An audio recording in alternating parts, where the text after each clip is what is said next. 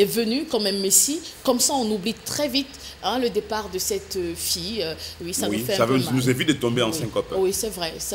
Oui, surtout de perdre la mémoire. Il ne faut pas que cette histoire nous fait perdre la mémoire. Bonjour, docteur Larry. Docteur, bonjour. Bonjour, Sandra Pignet. Bonjour, docteur. Bonjour au commandant. Merci, bonjour à tous ceux qui nous regardent. Bonjour, Journée mondiale de la Bible. Je ne voudrais pas dire bonjour aux chrétiens. Je vous dis bonjour à tout le monde. Ça, c'est important parce que s'il faut dire chrétien, vous allez certainement. De questions. Voilà. Et je vois bien que Billy, il a encore frappé. Oh. Ces jours-ci, je ne pense pas. Oh non. Ah, il est toujours convalescent? Toujours. Ah oui? Voilà. Donc, vous êtes repassé chez l'autre? Je les en ai pas bien. Bon. Non, mais c'est vraiment différent. Hein, oui, parce que soyons vrais. Billy, okay. il a sa touche. Alors, les coiffeurs, pour les garçons surtout, ça fait que quand vous avez un coiffeur, quand vous faites confiance à un coiffeur, il est déjà dans votre peau quelque part. Vous êtes à l'aise quand vous êtes chez lui, vous êtes en confiance, mais quand il est malade ou quand il n'est pas là, vous êtes obligé de vous faire tondre la tonsure par une autre personne. Et bien souvent, même si cette personne excelle, votre coiffeur vous manque toujours parce que il y a un truc qui va pas, il y a un truc qui passe pas en fait. Mais pour les voyageurs, ils n'ont pas le choix. Ils sont obligés de confier leur tignasse à n'importe qui. Et parfois, mon commandant, on se demande bien si, est-ce que c'est simple? Je prends mon exemple, je vis à Lokpom, mais mon coiffeur est à Bali, Cisco. Donc, je fais souvent cette distance et ça m'étonne. C'est votre bien-être en fait. Maintenant, j'ai le plan B à Aqua, mais pourquoi ne pas me coiffer parce que vous ne serez pas heureuse de ce côté-là. Votre bien-être se trouve plutôt de ce côté. De Bali ou d'Aqua. D'Aqua où vous allez, parce que vous êtes en confiance. D'ailleurs, quand les garçons, quand ils arrivent chez leur coiffeur habituel, le sommeil est facile. Parce que le gars n'est pas seulement le coiffeur. Rien ne peut vous arriver quand le mec est là. Il peut même prendre une balle pour vous. Hein. Lui, les coiffeurs sont très protecteurs. Vrai, hein, je le dis. Je ne sais pas si c'est le cas pour vous aussi. Non, c'est le cas. Oui, ils aiment savoir si vous êtes vraiment à l'aise et si tout va bien. Si vous voulez une musique particulière, si vous voulez regarder une chaîne particulière. Parce que si même dans votre vie ça va, parce que parfois il veut savoir si vous avez des problèmes et tout ça. En plus, s'il n'est pas très mouchard, parce qu'il y a des coiffeurs qui parlent. Ceux-là, ça devient un carrefour oui, les coiffeurs très calmes, ils n'ont pas besoin de parler des autres. Tout ça. On n'est pas là de parler des gens. Ça ne nous intéresse pas. Un peu comme Billy. Voilà. Billy, lui, tranquille, il coiffe son docteur. Et comment ça va, docteur? Je vous ai vu à la télévision, mais Jason vous a posé une question. Sandra a dit que, vraiment, oui, c'est vrai. Sandra, là, vraiment, elle est terrible. Hein?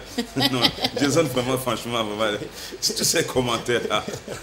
Et ça fait sourire le docteur, qui ne tombera pas en syncope. Pas du tout. Merci pour cette bonne humeur. On en a besoin pour parler de ce sujet assez délicat, mais ça va nous aider ce matin, docteur. Beaucoup. Syncope.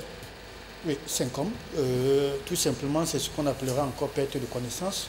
Ou encore perte de contact, une perte de contact avec le monde extérieur. Ça, si je peux définir ça ainsi.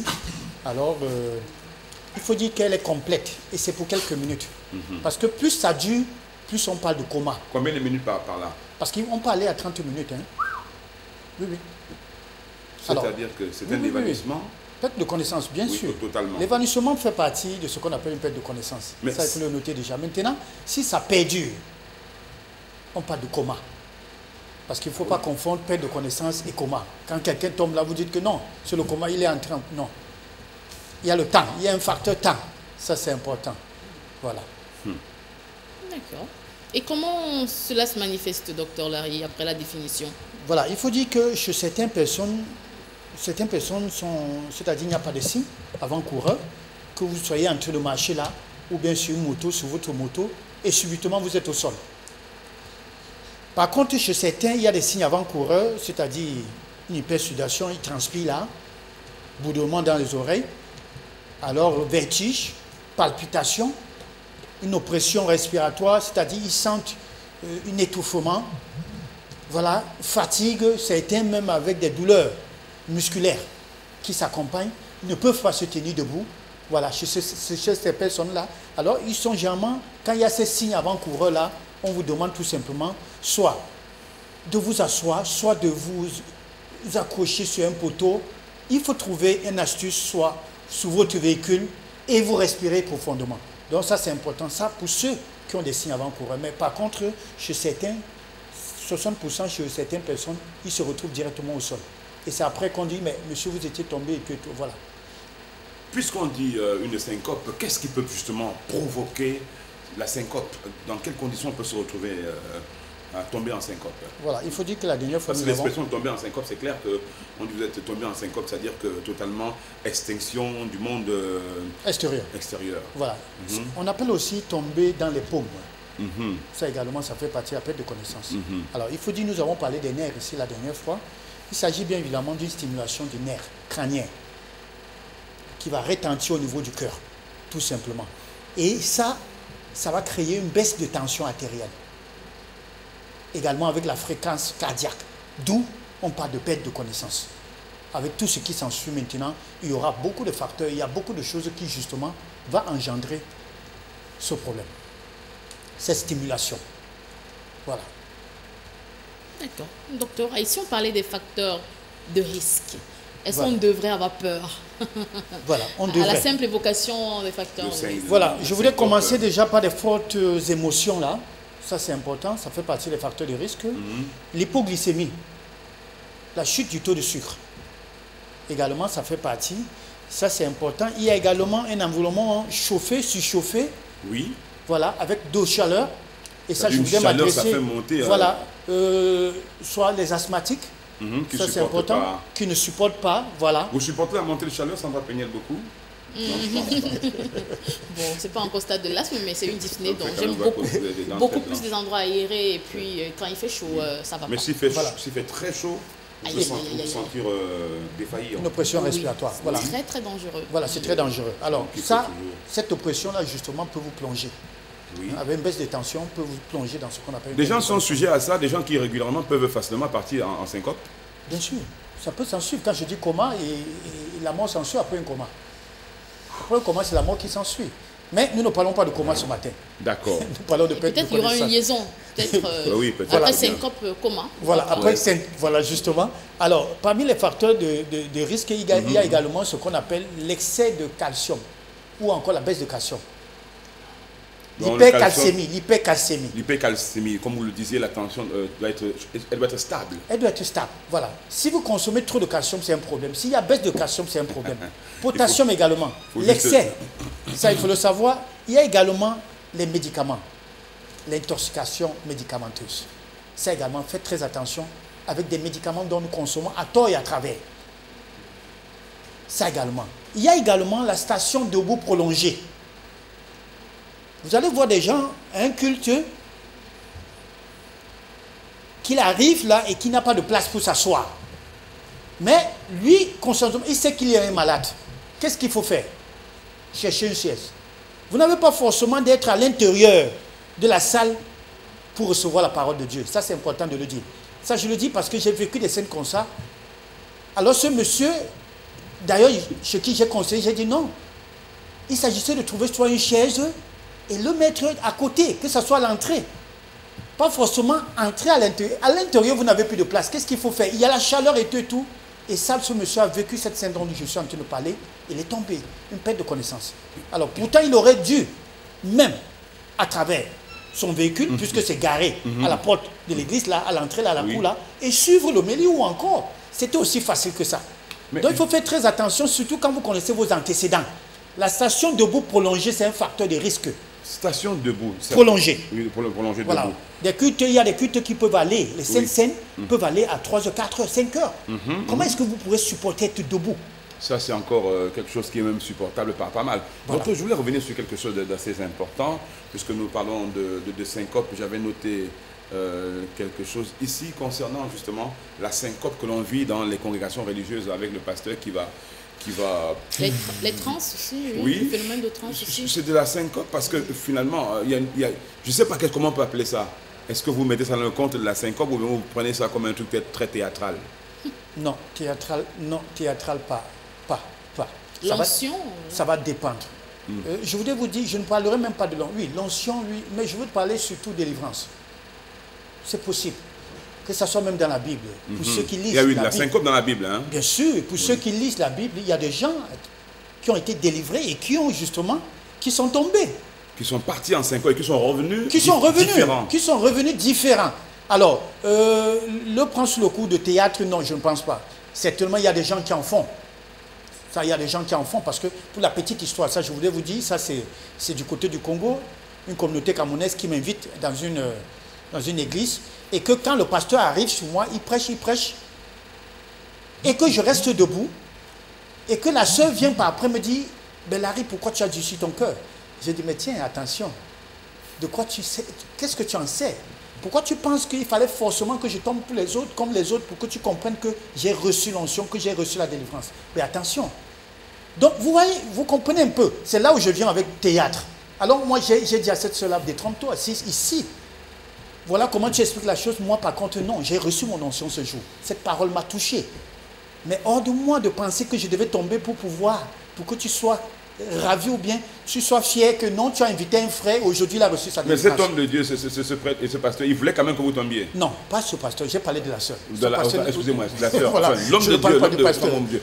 L'homme de Dieu faisait son travail tout simplement. Oui, c'est la sœur qui me dit après, mais pourquoi tu as dit sur ton cœur? J'ai dit, mais qu'est-ce que tu en sais? Donc la sœur aurait aimé que vous tombiez. Elle aurait aimé. Pour elle, elle aurait cru que recevoir la délivrance ou bien la parole, je serais tombé et là, elle serait fière. Non, elle a eu affaire à un donc, dur. alors, c'était pour répondre à ce que vous dites. Oui. Théâtre, non, je ne prends pas ça sur le coup. On peut tomber quand on reçoit une délivrance. Est-ce qu'il existe des On peut tomber risques? quand on reçoit des... S'il vous plaît. Oui, allez-y, mon commandant. C'est très intéressant. Oui, quand on reçoit une délivrance, on peut tomber. Donc ce n'est pas forcément toujours théâtral ou bien... Voilà. Voilà. Et d'ailleurs, il se réveille depuis là. Je ne sais pas qu'est-ce qu'il a, le mec. Bon, il n'a pas le mec. Pourquoi cette précision? Pourquoi cette nuance? Pour que ça rassure, il ne faut pas que les pasteurs... Il ne faut pas qu'ils Oui, je vous comprends. Donc vous allez recevoir des messages stratosphériques. J'ai beaucoup d'amis prêtres et pasteurs. Parlons des risques, docteur. Je pense même je pense au père. Est-ce qu'il risque d'être excommunié là? Ignace Pouma, non. Oh là, le père Ignace qui nous regarde, il est quelque part dans le centre.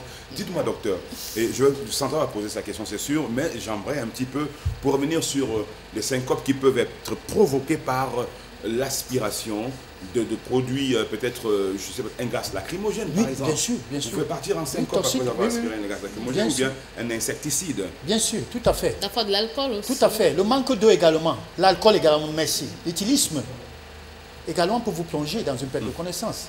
Le manque d'eau également. Quelqu'un qui se lève là, qui fait un jeûne. Oui. Il faut se préparer pour faire un jeûne. Ok. Tant vu psychologique que spirituel. Il faut se préparer, on se lève pas le matin pour faire un jeûne. En faisant un jeûne, vous pouvez tomber. Ça également. Le fait de ne pas manger. Il y a des gens qui ne prennent pas le petit déjeuner le matin. Et qui va prêcher. Il y a des pasteurs qui peuvent faire des pertes de connaissances parce qu'il n'a pas mangé. Ou il a prêché pendant toute une semaine. Il y a également des problèmes pathologiques. Des maladies également peuvent être en cause. Voilà. Ok. Sandra Peniel. Oui, parlons des risques, docteur. Est-ce qu'on peut prévenir une syncope? Oui, parlons déjà des risques. Les risques, oui. Les risques, oui, c'est que des traumatismes peuvent survenir à la suite des syncopes, c'est-à-dire sur la voie publique, un accident, et que vous tombez, vous êtes en train de conduire, et qu'un accident se produit une fois que vous tombez. Et là, on dira que non, c'est parce que c'est l'état de route, ou bien c'est parce que le monsieur ne maîtrise pas son volant. Non. Ça peut arriver. Moi, j'ai pris une moto où celui qui me conduisait, autant pour moi, s'est retrouvé au sol, subitement. Disons, quand je dis se retrouver, nous nous sommes retrouvés au sol. Et que par après, j'ai réanimé. S'il faut dire ainsi, j'ai réanimé ce monsieur. Après, justement, il est allé jusqu'à me dire non, ça faisait 2 jours qu'il n'avait pas mangé et tout. Donc, il y a tout compte fait, il y a les facteurs de risque. On peut prévenir. Prévenir, oui. Maintenant, il faudra certainement corriger les facteurs de risque dont nous avons fait allusion. J'ai souvent l'habitude de dire que pour tous ceux qui dorment là, évitez de vous lever subitement sur le lit. Ça, c'est une prévention. Vous dormez et que vous levez là, subitement, parce que vous allez faire pipi. Non, j'ai toujours conseillé de se lever en 3 temps. C'est-à-dire, vous vous levez, vous vous asseyez, après, vous déposez les pieds au sol, après, vous êtes debout, après, vous faites le pas. Ça, c'est important. Ça, c'est pour tout le monde. Tout le monde devrait le faire. Même si vous n'avez pas les antécédents médicaux, vous devrez le faire. Alors, la prévention également passe par, il faut toujours boire de l'eau. Il faut boire de l'eau. Même si vous jeûnez, il y a ce qu'on appelle des jeûnes secs, il y a des jeûnes à eau. Donc, il faut boire de l'eau. Toujours étudier, il faut connaître. Voilà pourquoi j'apprécie nos frères musulmans. Quand on est malade, on doit éviter de jeûner. Ça, c'est important. Quand vous connaissez votre état de santé, il faut éviter. Alors, il faut connaître ses antécédents pour pouvoir entrer dans un jeûne. Ça, c'est important. Alors, Donc, la prévention passe par notre hygiène de vie, tout compte fait. Voilà. C'est très important. Vous avez vu tout à l'heure à l'image une jeune dame qui s'est noyée, certainement parce qu'elle a fait une syncope. En pleine piscine, pendant que vous pouvez faire une syncope et vous noyez. Et qu'est-ce qu'il faut faire justement quand ça arrive comme ça? Voilà, ce qu'il faut faire déjà dans un premier temps, et ça je veux m'adresser, on appelle ça le secourisme, bien évidemment. La première des choses à faire, quelqu'un qui entre en malaise, c'est de vous rassurer si la personne respire. Vous regardez si le thorax monte. Vous approchez vos oreilles au niveau de la bouche, si la personne respire. Si la personne respire, vous mettez la personne en position latérale de sécurité. Ça, c'est important. Vous n'avez pas besoin de faire le bouche à bouche quand la personne respire. Mettez tout simplement et déshabillez la personne, les ceintures, cravates et tout ça, ça c'est important. Mais par contre, si la personne ne respire pas, ce que vous avez à faire, si vous maîtrisez la chose, on parle de massage cardiaque. Je dis bien si vous maîtrisez. Si vous ne maîtrisez pas, n'allez pas jouer au secourisme pour ce que vous ne connaissez pas. Appelez tout simplement le SAMU ou encore appelez le secours. Voilà ce qu'il faut faire en cas de malaise. Et ça, c'est également important pour tous ceux qui font des ébats sexuels là. Pour l'homme qui tombe après avoir éjaculé, ça c'est important. Surtout éviter d'entrer dans la peur. L'homme tombe comment, docteur? Là, quand je dis tombe, je voulais vous dire qu'il y a ce qu'on appelle syndrome post-éjaculatoire. Oui, justement, ça c'est docteur. important. Tenez, je ferai une parenthèse avec les animaux. Oui. Pour qu'une saillie soit réussie entre deux lapins, lapin et lapine, il faut bien que le lapin tombe avec sa conjointe, enfin son conjoint, je sais pas si on va dire. Il faut que le lapin tombe avec sa lapine, oui. Pour que l'éleveur se dise, ah tiens, là la saillie a réussi. Voilà. C'est une légère syncope ça? Ça arrive pour les humains aussi? C'est légère et ça arrive pour les humains. Voilà pourquoi j'appelle syndrome post-éjaculatoire. Après l'éjaculation. Voilà, après l'éjaculation, merci. Il y a des hommes, justement, après avoir éjaculé. Quand je parle des hommes, avec grand H, la femme éjacule également. Alors, oui, bien sûr. Mais le plus souvent, c'est des hommes. Après éjaculation, qui peut entrer dans un malaise. Ah oui? Ce que vous avez à faire, même les femmes, ça j'en ai vécu. Ça dit malaise, bref, oui, voilà, malaise bref. Ça peut perdurer. Oui. Ce que vous avez à faire, c'est ce que je viens de dire tout à l'heure. Quand on entre en malaise, surtout la peur. Évitez la peur. Rassurez la personne si la personne respire. Si la personne respire, c'est bien dit. Si la personne ne respire plus, appelez le secours. Si la personne respire, approchez comme je dis. Regardez le thorax. Ça se voit que la personne, ça monte, ça descend. Ou approchez l'oreille, ça je l'ai dit. Et positionnez la personne en position latérale de sécurité. Parce que cette position-là permet de libérer les voies. Ça c'est important, tout le monde devrait savoir. Alors, si la personne ne commençait oui, enlever le pantalon, ça c'est important, libérer pour que la personne... voilà, ne prenez pas... Le plus souvent, on voit les gens qui prennent le carton, se mettent à ventiller et tout là. Non, ce n'est pas parfois nécessaire. Oui, non, oui. Ça c'est dans l'acte, peut-être n'était pas habillé. Donc, voilà. Depuis les tombés, on ne voit même rien. On n'a plus besoin, justement, oui. Merci, donc, merci. En position latérale de sécurité, oui. Et appelez le secours. N'ayez pas honte d'appeler le secours. Des syncopes très brèves, genre, on dit parce que les filles peuvent faire des rencontres. Elles tombent sur un mec qui...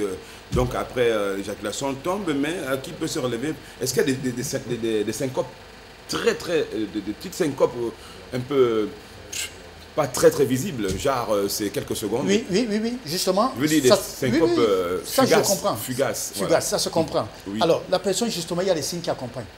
C'est des céphalées, léger vertige. D'accord. Alors les fatigués, une perte de mémoire. Il déraisonne même d'ailleurs. Il déraisonne celui-là. Il vous dit des choses qui ne devraient même pas. Alors, la seule chose à faire, c'est de rassurer, de le faire reposer, tout simplement. Évitez de courir toujours quand quelqu'un entre en syncope ou bien de donner de l'eau. Quand il y a une pression respiratoire, évitez de donner de l'eau. Ce n'est pas ce que vous avez à faire. Pourtant, l'eau pouvait bien quand même... Oui, l'eau pouvait. La personne peut faire l'hypoglycémie. Si c'est l'hypoglycémie, donnez un carreau de sucre. Mais il faudra que vous soyez un expert pour savoir si la personne fait l'hypoglycémie. Voilà pourquoi il y a un examen qui se fait. On fait rapidement quand vous arrivez aux urgences. Quand vous arrivez, on fait la glycémie à jeun pour savoir si c'est l'hypoglycémie. Un carreau de sucre, ça réveille le monsieur. Voilà. On va parler de traitement à présent, docteur Larry. Est-ce qu'on peut conseiller aussi l'autotraitement? Par exemple, il est conseillé d'éviter de toujours rester debout longtemps. Oui, ça. Oui, mais le traitement va dépendre de la cause. Vous pouvez faire une perte de connaissance, soit parce que vous n'avez pas bu de l'eau. Il y a un manque d'eau. Vous pouvez faire une perte de connaissance pour un problème de manque de calcium ou une hypercalcémie. Ça, je crois que, alors, le traitement dépend de la cause. Ça veut dire qu'il faut déceler la cause et pouvoir corriger la cause. Mais, ce que je voulais dire ici, c'est que à chaque fois qu'il y a une perte de connaissance et que cela revient, dites-vous bien qu'il y a un problème. Il faut consulter, ça c'est important, pour qu'on puisse déceler la cause. Ça peut être un problème cardiaque. Ça peut être un problème cardiaque. Alors, il y a justement ces accidents ischémiques transitoires qui font partie des maladies cardiovasculaires, que quelqu'un tombe justement et que c'est une forme d'AVC. Donc, ce qui a lieu, c'est de pouvoir consulter. C'est le conseil que je peux donner. Il faut consulter, ça c'est important. Voilà. D'accord. Vous voulez me parler de plaisir, éjaculation, etc. Non, il a répondu déjà. Vous voulez vous arrêter à ce niveau-là? Oh, il a anticipé tout à l'heure, il a répondu. Peut-être un dernier mot. Oui. Au mot de fin, il peut revenir sur le plaisir. Non, le mot de fin, ce que je voulais dire, ça je l'ai dit déjà, perte de connaissance, maîtrisez-vous, rassurez le patient. Et si c'est vous, prenez votre mal en patient, respirez profondément, ça c'est important. Donc il faut aussi arrêter d'annoncer les mauvaises nouvelles au téléphone, hein, surtout à nos mamans et à nos papas, vous annoncez les décès au téléphone, les mauvaises nouvelles. Les mauvaises nouvelles, ça également c'est un problème. Alors ça c'est important de le dire. Mais mon mot de fin, c'est la journée mondiale de la Bible, permettez-moi de le dire. On aura même quelques Bibles à l'écran qu'on vous offre aussi, docteur. Voilà, merci. Je voulais dire tout simplement que Journée mondiale de la Bible, d'ailleurs que j'encourage beaucoup de gens à lire la Bible, ça c'est important parce que la crainte de Dieu, on dit, c'est le commencement de la sagesse. Il faut lire la Bible pour être sage. Permettez-moi si je le dis ainsi. Mais ce que je voulais dire ce matin, c'est que tous ceux qui meurent tous les jours, mon commandant, ce n'est pas parce qu'ils ont plus péché que nous.